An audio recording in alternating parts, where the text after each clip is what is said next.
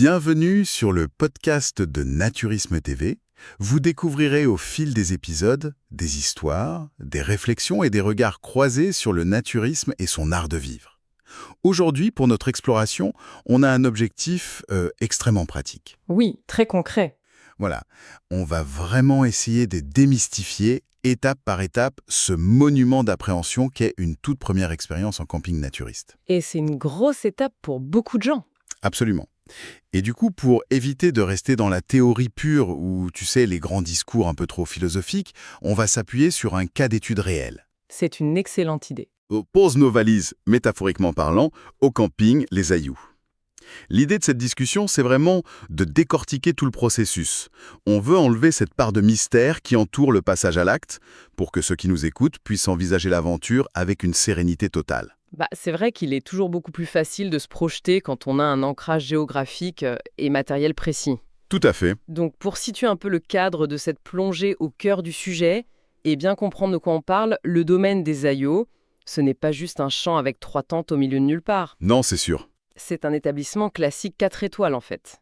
Il est situé à Caraman, en plein cœur de la région historique du Lauragais, dans la Haute-Garonne. Ça fait une grosse trentaine de kilomètres de Toulouse, c'est ça? C'est exactement ça. Et quand on étudie la documentation sur ce lieu, on comprend très vite que tout l'aménagement paysager est véritablement pensé pour la détente. L'écosystème entier du domaine, avec ses espaces verts, ses infrastructures, c'est conçu pour faciliter cette fameuse reconnexion à la nature et par extension à soi-même. Alors, la reconnexion, c'est un mot magnifique sur le papier.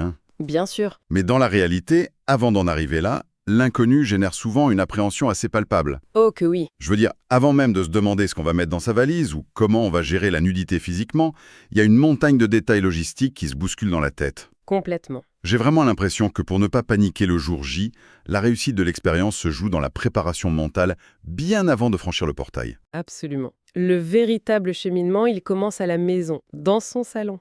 D'accord. Si on analyse les retours d'expérience, la règle d'or pour une première fois réussie, c'est de poser toutes les questions qui nous traversent l'esprit avant même de valider la moindre réservation. Il ne faut avoir aucune gêne. Mais par exemple, qu'est-ce qu'on doit vérifier en priorité? Les tarifs, évidemment, mais au-delà de l'aspect financier. Eh bien, les horaires et les modalités d'accueil, par exemple. C'est un point absolument critique que beaucoup négligent, tu vois. Ah oui. Imagine un scénario. On prend la route, il y a des embouteillages imprévus, on est en retard et on arrive de nuit, disons à 22 heures. Oula, l'angoisse. Voilà. Personne n'a envie de chercher un code de portail ou son emplacement dans le noir complet, encore en moins dans un contexte de première fois où le niveau de stress interne est déjà assez élevé. C'est clair. On a juste envie d'arriver et que ce soit simple. Exactement. Et puis, il faut aussi s'enquérir des règles spécifiques d'accès aux infrastructures du domaine. Par exemple, comment fonctionne exactement la piscine? Y a-t-il des horaires stricts pour allumer le sauna? Oui, parce que ça change souvent, non? Oui, ces conditions peuvent complètement évoluer selon la saison ou la fréquentation. Et puis ensuite vient une décision qui va vraiment structurer la totalité du séjour, et c'est le choix de l'installation. D'accord, on parle de la tente ou du chalet, là. C'est ça. Aux Ailloux, on distingue très clairement ce qu'on appelle l'emplacement, pensé pour ceux qui viennent avec leur tente, leur caravane ou leur camping-car, de l'hébergement locatif. C'est marrant, ça me fait penser quand on débute une nouvelle activité, comme un cours de yoga par exemple.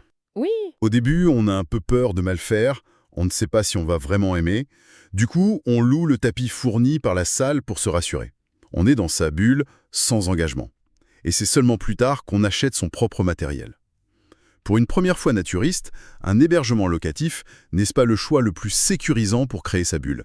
ton analogie est très pertinente. Opter pour un hébergement locatif, ça simplifie considérablement la découverte, vraiment. C'est plus rassurant. Bah oui, quand on arrive dans un chalet, on tourne la clé et on dispose immédiatement d'un espace privé, clos, qui ressemble à une petite maison. On élimine d'emblée la charge mentale redoutable du montage de la tente ou de l'installation de la caravane. Ça fait toujours ça de moins à gérer quand on est un peu stressé. Exactement, ça permet de concentrer toute son énergie sur l'expérience naturiste en elle-même. Mais attention, il ne faut pas généraliser non plus. C'est-à-dire? Le choix dépend des habitudes de chacun. Pour un campeur aguerri qui a l'habitude de sillonner les routes avec sa caravane depuis 20 ans, sa véritable bulle rassurante, c'est sa caravane. Ah oui, c'est vrai. C'est son petit chez-soi. Voilà. Le plus important, au fond, quel que soit le mode choisi, c'est d'être parfaitement au clair sur ce qui est fourni. Est-ce que le linge de lit est là? Faut-il apporter sa vaisselle? Comment s'organise le nettoyage à la fin? Donc l'idée, c'est d'éviter les surprises, pour ne pas rajouter du stress matériel à la nouveauté. C'est exactement ça. Et au-delà du matériel, le vrai concept clé pour relâcher la pression, c'est de comprendre qu'une première fois n'est pas un examen. On a pourtant souvent l'image d'un milieu naturiste où les gens vont regarder, vont juger les nouveaux, non? C'est une angoisse très courante, mais c'est faux. Pour éviter cette peur de la performance, je conseille toujours de visualiser une journée d'une simplicité totale. Une journée type, quoi.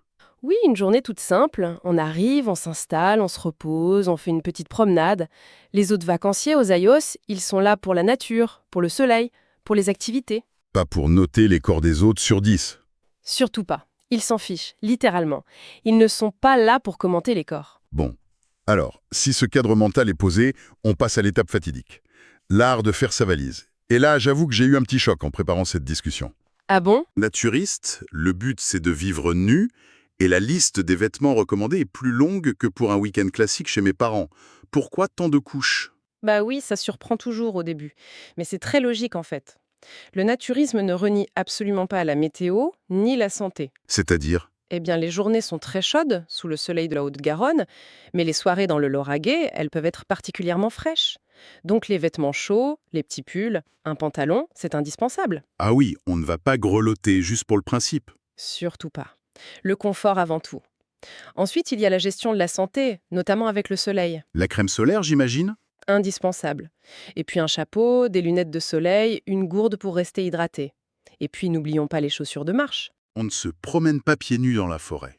Voilà, le terrain peut être accidenté, il faut se protéger. On ajoute à ça son nécessaire d'hygiène habituel, quelques tenues très légères pour les déplacements, et surtout un petit sac. Un petit sac à dos. Oui.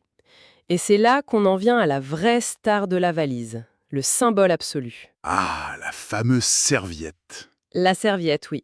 Et je précise, il en faut plusieurs. Mais pourquoi un tel culte autour de la serviette? Parce que ce n'est pas un simple objet pour se sécher. En milieu naturiste, c'est le véritable passeport du respect et de l'hygiène. C'est joliment dit. C'est vraiment ça. C'est une règle obligatoire. Dès que l'on veut s'asseoir sur un siège, un banc ou une chaise longue partagée, on doit mettre sa serviette en dessous. D'accord, donc c'est pour ça qu'il en faut plusieurs. Exactement. Il en faut une sèche pour la piscine et une autre, toujours dans le petit sac, qui sert uniquement de barrière hygiénique pour s'asseoir. C'est assez fascinant. On enlève les vêtements pour être libre, mais on utilise la serviette pour garder une petite frontière protectrice. C'est le contrat social du naturisme, tout à fait. Bon, alors la valise est prête, on a nos serviettes. On a roulé et nous voilà devant le domaine des Ayos. C'est le jour de l'arrivée, le moment fatidique de passer le portail. Le moment qui fait souvent un peu peur. C'est ça. Et la question que tout le monde se pose, est-ce qu'on doit se déshabiller immédiatement sur le parking? Alors là, la réponse est un non catégorique, surtout pas. Ouf, ça rassure. La transition est très progressive. En arrivant, on est habillé, on va à l'accueil, on fait ses petites formalités tranquillement, on écoute les consignes. Comme dans n'importe quel camping classique en fait. Exactement. Ensuite, on va s'installer sans précipitation. Et là, chacun va à son propre rythme. C'est-à-dire qu'il n'y a pas de règle de timing. Aucune. Certains ont besoin de faire une promenade habillée pour repérer les sanitaires, les sorties. D'autres s'installent direct et se déshabillent dans la foulée. Aucune méthode n'est universelle. Moi j'utilise souvent l'analogie de la piscine pour ça. Ah oui? Ouais, certains plongent d'un coup, la fameuse bombe, alors que d'autres rentrent par les escaliers, marche après marche, pour s'habituer à l'eau. Mais disons qu'on descend les marches doucement, et arrivé à la taille, on panique un peu.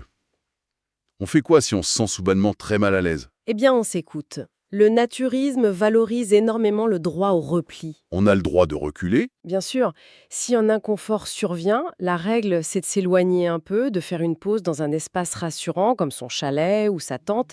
Et surtout, il est tout à fait possible et normal de remettre en vêtements. Ah, on ne va pas nous pointer du doigt si on remet un pull ou un pantalon léger, hein. Absolument pas. Si la météo change ou si le confort personnel l'exige, on s'habille. Et si l'angoisse persiste, il ne faut pas hésiter à solliciter l'équipe de l'accueil. Ils ont l'habitude, on n'est jamais obligé de gérer son stress tout seul. C'est vraiment bienveillant. C'est le mot, oui. Alors une fois qu'on a passé ce cap, qu'on est nu et installé, comment ça se passe avec les autres? Le vivre ensemble? Parce que sans les vêtements, qui sont un peu notre armure sociale, les règles de politesse doivent complètement changer, non? Oui et non. Les bases restent les mêmes. Un simple bonjour, une posture ouverte. Mais c'est vrai qu'il y a des codes précis. Comme quoi, par exemple? Le regard, il doit rester neutre. On maintient le contact visuel au niveau du visage. Et on garde une distance confortable avec les autres. On pourrait penser que la nudité abolit les frontières, mais on réalise ici qu'elle exige des barrières invisibles, encore plus strictes et respectueuses en fait. C'est une excellente observation. Sans les marqueurs sociaux des vêtements, c'est vraiment le consentement, la discrétion et le respect de l'intimité qui deviennent la colonne vertébrale de la communauté. Et au niveau des discussions, Il y a un interdit absolu. On ne commente jamais l'apparence physique d'une personne. Jamais. c'est la ligne rouge. Exactement. On parle de la météo, du trajet, des activités prévues, des sujets légers et neutres. Apprendre ces petits codes non verbaux, ça fait aussi partie de l'expérience, tu sais. Et pour le téléphone? Parce qu'aujourd'hui, on a tous un smartphone dans la main en permanence. Alors là, la vigilance est de mise. L'usage personnel et discret est toléré. Pour lire un article, par exemple, Oui, voilà. Mais l'interdiction de photographier autrui sans consentement explicite est stricte. C'est fondamental pour protéger les familles et l'intimité de chacun. même si on veut juste prendre un bel arbre en photo, Même pour un paysage, il faut toujours vérifier l'arrière-plan pour être sûr que personne n'est dans le champ. ça demande une vraie attention aux autres. Oui. Et de manière générale, les comportements doivent rester apaisés. Aucun geste déplacé n'est toléré dans un lieu familial comme les aïeux et le calme est exigé. On évite les nuisances sonores. D'accord. Mais ces règles-là, elles s'appliquent à tout le monde, sauf que l'expérience, elle se vit quand même très différemment selon avec qui l'on voyage. Ah, ça c'est sûr. Les dynamiques ne sont pas du tout les mêmes. Prenons le cas d'un couple pour commencer. Pour un couple, l'essentiel, c'est d'en discuter avant de partir. Il faut définir ses limites. Et un truc très pratique, c'est de convenir d'un petit signal secret. Un signal secret.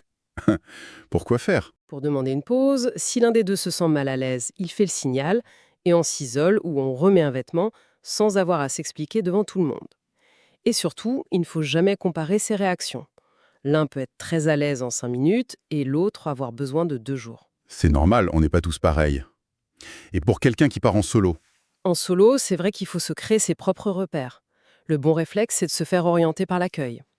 Et puis peut-être opter pour un séjour court au départ. Un week-end, juste pour tester, ça enlève pas mal de pression. c'est un bon conseil. Et alors, j'en viens au point qui m'intrigue le plus. Les familles. Oui, Avec les enfants, il faut expliquer la vie collective, l'intimité, tout ça. Les enfants sont très spontanés, mais s'ils refusent catégoriquement de quitter leur t-shirt, alors que les parents, eux, sont super enthousiastes, n'est-ce pas un peu bloquant pour le séjour? c'est une question cruciale. Et là, il faut rappeler la règle d'or absolue en famille. On ne doit jamais forcer un enfant à se dévêtir, Jamais, même s'ils finissent par être les seuls habilés. jamais. Ça irait à l'encontre même de la philosophie naturiste. L'essence du naturisme, c'est le respect fondamental du corps de l'autre. Donc, on respecte les émotions de l'enfant. S'il veut garder son t-shirt, il le garde. L'autonomie prime donc. L'autonomie et le confort priment sur le reste, toujours. C'est très clair. Alors, disons que la journée se termine. On a géré l'arrivée, les codes, les enfants, la serviette.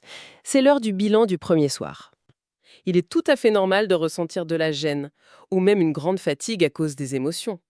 Et si on a gardé un vêtement toute la journée, ce n'est pas un échec du tout. Il faut dédramatiser. Et d'ailleurs, il y a des ressources pour ça, pour ceux qui auraient besoin d'être rassurés. Tout à fait. Outre l'accueil qui est toujours là, il y a des guides très bien faits, comme les guides Débuter le naturisme ou Naturisme en famille, ou encore la page des campings naturistes. J'ai vu aussi qu'il y avait pas mal de supports visuels, des vidéos. Oui, et c'est très utile. Aux Ayos, il y a des vidéos comme Découvrir le camping Les Ayos ou Pourquoi choisir les Ayos. Ça permet de voir l'ambiance, les valeurs naturistes du lieu.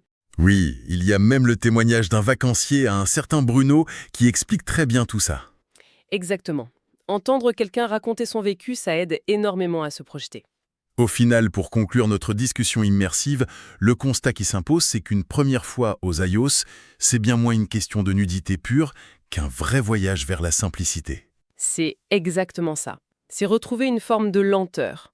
Le temps et l'écoute de soi deviennent vraiment les meilleurs alliés pour réussir ce séjour. Et ça soulève d'ailleurs une réflexion assez fascinante. Laquelle? Eh bien, on peut se demander, et si, paradoxalement, Le fait d'abandonner nos vêtements nous obligeait finalement à réinventer notre façon d'écouter les autres, mais surtout d'écouter nos propres limites. C'est une pensée vraiment forte. Une excellente question à garder en tête pour ceux qui nous écoutent. On arrive à la fin de cette exploration. Merci infiniment de nous avoir suivis. N'hésitez surtout pas à vous abonner à la chaîne Naturisme TV. On a hâte de vous retrouver pour de nouvelles explorations et d'autres regards croisés sur cet art de vivre. À très bientôt!